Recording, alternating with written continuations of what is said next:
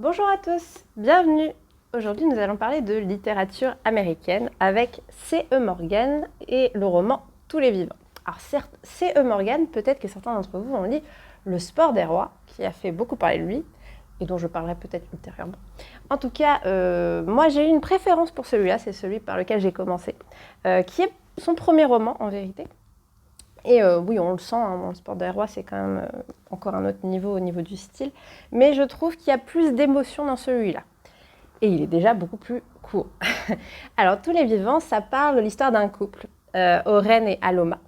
Aloma, ça commence, elle arrive dans la maison de la ferme de Oren, qu'elle imaginait grande, somptueuse, lumineuse, neuve, en un mot. Et il s'avère qu'en fait, c'est la vieille ferme familiale délabrée, donc ses rêves en prennent un petit coup, la pauvre. En plus de ça, c'est une musicienne aguerrie et le piano qui se trouve dans la ferme n'a pas été accordé depuis au moins 10 ans. Donc comment vous dire que sa déception va de mal en pire.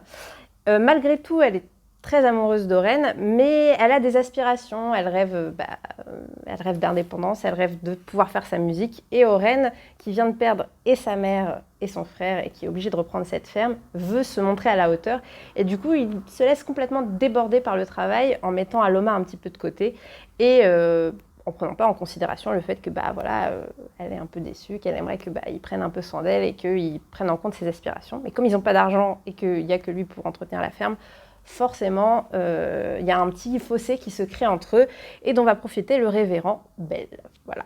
Donc, histoire de triangle amoureux, pas du tout classique. Au contraire, c'est un roman psychologique très très fin, centré sur Aloma, qu'on parfois on a envie un peu de baffer, certes, hein, je le reconnais, mais qui est un personnage quand même terriblement attachant, qui a ses moments de doute, qui a ses rêves, enfin, on se reconnaît totalement en elle et en ses contradictions. Voilà. C'est une femme pleine de contradictions, mais vraiment humaine.